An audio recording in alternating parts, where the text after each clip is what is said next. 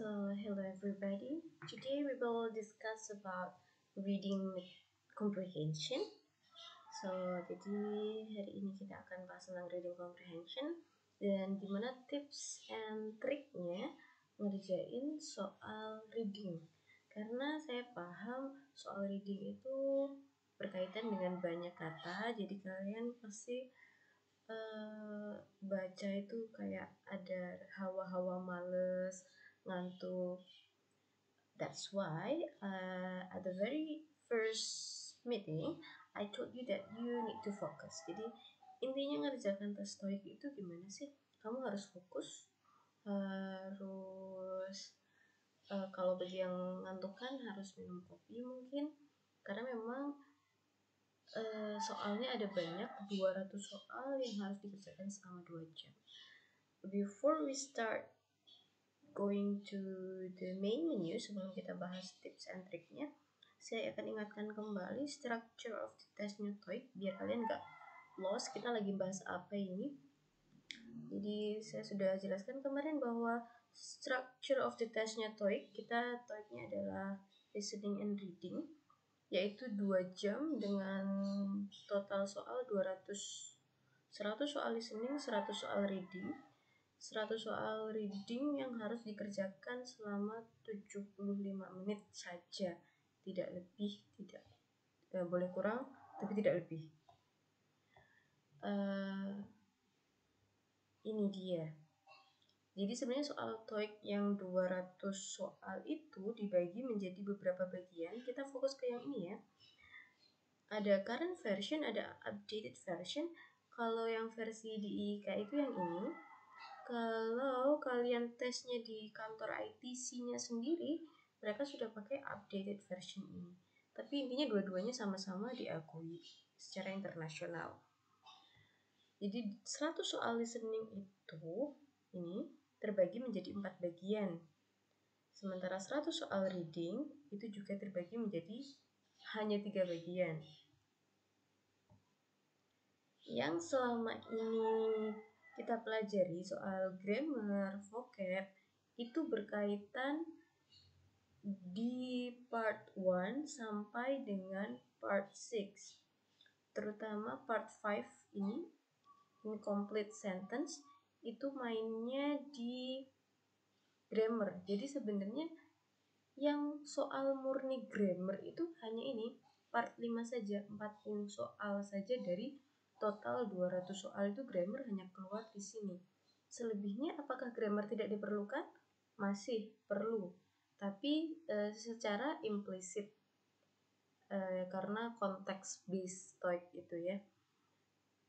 Kemudian vocab keluarnya di mana? Vocabulary itu keluar di part 1 sampai dengan part 6. Semuanya ini pakai vocab. Jadi mereka lebih suka pakai jawaban, soal dan jawabannya itu biasanya mereka pakai sinonim. Jadi benar-benar harus hati-hati, harus vocabnya diperluas. Kemudian part 7 itu reading comprehension. Nah, hari ini kita akan bahas ini. Part 7 reading comprehension. Yang namanya reading comprehension, jawaban dari soal-soalnya biasanya sudah bisa ditemukan di passage-nya, teksnya. Jadi teks itu bahasa Inggrisnya bisa teks, passage, reading materials. Ada banyak sekali kan sinonim untuk satu hal, makanya vocabnya harus diperbanyak. Kuncinya tetap di vocab sih. Ya, kembali lagi ke reading comprehension. Reading comprehension nanti dibagi menjadi 3 bagian lagi, yakni set based question, single passage. Jadi nanti ada satu bacaan yang digunakan untuk 2 sampai 5 soal. Tapi ada juga yang self based question yang berikutnya adalah double passage. Jadi nanti ada 2 sampai 3 bacaan untuk 5 soal. Nah, ini yang perlu diperhatikan. Karena kan layar monitor segini misalkan ya. Pasti satu passage saja sudah segini. Sudah memenuhi layar. Padahal sebenarnya di bawahnya itu masih ada bacaan lagi. Makanya kalau ngerjakan tes TOEIC, di scroll ke bawah ya, siapa tahu masih ada bacaan lagi, karena kemarin kakak tingkat kalian kemarin gagalnya di situ. Mereka mikir bacaannya hanya itu saja, jadi jawab soalnya ya berdasarkan bacaan pertama, padahal di bawah-bawahnya masih ada bacaan-bacaan lainnya. Jadi ada yang single passage, ada yang double or triple passage. Hati-hati. Ya, untuk tipsnya kali ini tipsnya lebih ke general saja. Secara umum, on the day of the test, the thing that can most help students do well in this part of the exam is simply using their time the best they can. Here are some tips. Time. Jadi secara umum itu kalian harus memanfaatkan waktu 75 menit itu bagaimana bisa mengerjakan 100 soal reading yang bacaannya nggak singkat semua ya.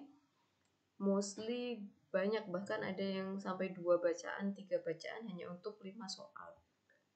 Tip 1.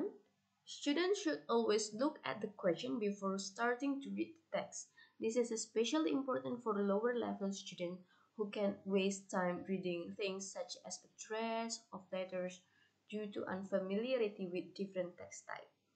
Jadi nanti text type yang ditampilkan itu ada macam-macam.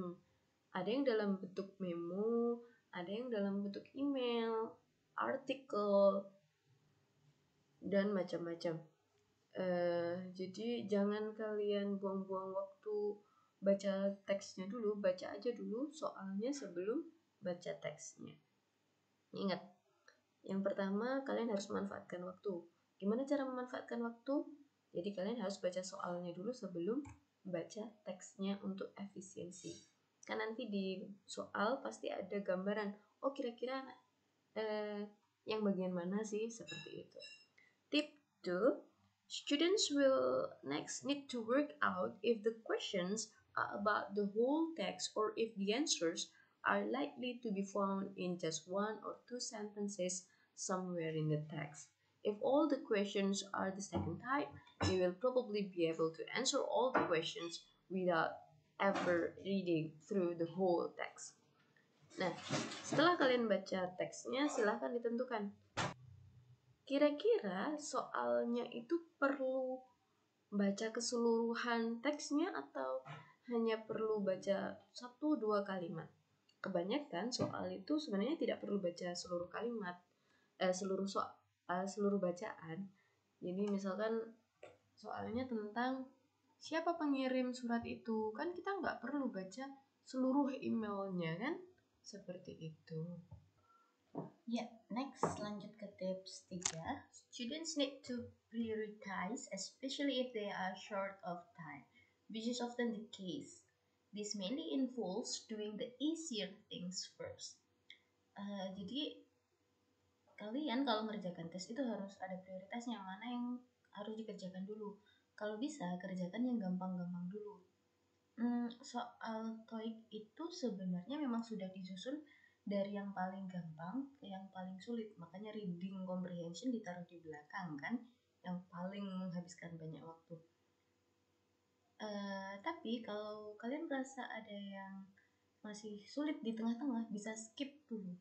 Jadi kalau listening itu tidak bisa dikerjakan secara acak karena kan tergantung audionya kan. Tapi kalau reading itu bisa dikerjakan secara acak. Jadi terserah kalian mau mulai dari mana saja yang menurut kalian gampang dulu. Tapi tetap jangan terlalu menghabiskan banyak waktu di soal yang gampang itu. Kalau gampang ya cepet aja. Karena di belakang masih banyak soal-soal yang berat istilahnya. Tidak berat juga. Tergantung kalian gimana menyikapinya. Next. Tips 4. Once students know which question they are going to answer, they will need to read the question carefully and pick out the important words. Nah, nanti kalau sudah ketemu yang menurut kalian gampang nih, menurut kalian, oke, aku ngerjakan yang nomor 125 dulu. Pertama, yang dilakukan adalah lihat questionnya dulu. Seperti tips 1 tadi ya, baca questionnya dulu. Kemudian carefully pick out the important words. Dalam sebuah pertanyaan itu pasti ada kata kuncinya. Misalkan, for example this, 3 or 4 of the prices in A, B, C, D. Apalagi kalau harga-harga gini, oh ada kata prices, berarti coba cari di bacaan yang katanya price atau harga, dolar, biasanya pakai dolar kan, tanda dolar, seperti itu. Jadi kan pasti ada kata-kata kuncinya, jadi nggak perlu dibaca dari awal sampai akhir. Intinya di soal itu ada kata apa yang kelihatannya penting, coba dicek di reading materialnya, ada nggak di sebelah mana. Oh di paragraf 2, ya sudah baca ini paragraf 2 saja. Next, tip 5. If there are no obvious single words or numbers to look for in order, ya, apalagi kalau angka pasti nyarinya lebih gampang. Oh, di soalnya ada angka, coba di teksnya cari angka. Kembali lagi ke tip 5. If there are no obvious single words or numbers to look for in order to find out where the necessary information is, the student will need to narrow down their choices by finding which paragraph has the same topic as the question. Misalkan kayaknya kata-katanya umum semua nih pertanyaannya, nggak ada yang spesifik atau spesial. Terus gimana dong? Coba dilihat pertanyaan itu kira-kira bahas apa ya? Oh, bahas introduction, berarti cari di paragraf 1. Oh, bahas tentang kira-kira topik follow up. Biasanya kalau letter itu kan di bagian akhir ada follow up-nya kan? Oh, berarti kita cari di paragraf yang terakhir, seperti itu. Next, tip 6. If students can't find the information they are looking for, it is often a case of looking for a synonym or antonym of the word in the question. Nah, ini. Sekalipun part 7 tadi judulnya adalah reading comprehension, masih ada soal yang biasanya sinonimnya kata ini apa, antonimnya kata ini apa. That's why pengetahuan vocab itu penting. Jadi read a lot, listen a lot, customize yourself with English. Jadi biasakan dirimu dengan bahasa Inggris. Bisa karena terbiasa. That's the key to learn, to get a best TOEIC score. Jadi percuma sebenarnya di silabus kelas ini kan pertemuannya itu semuanya tentang grammar. Percuma, tapi menurut pendapat pribadi saya, percuma kalian belajar grammar kalau kalian nggak practice read, listen. I told you, you've studied English for more than 10 years, but you are not proficient in using it. Why? Because in school you only learn the grammar. Karena di sekolah hanya belajar grammarnya aja. Makanya 10 tahun lebih belajar bahasa Inggris pun gak akan pernah bisa kalau hanya belajar rumusnya.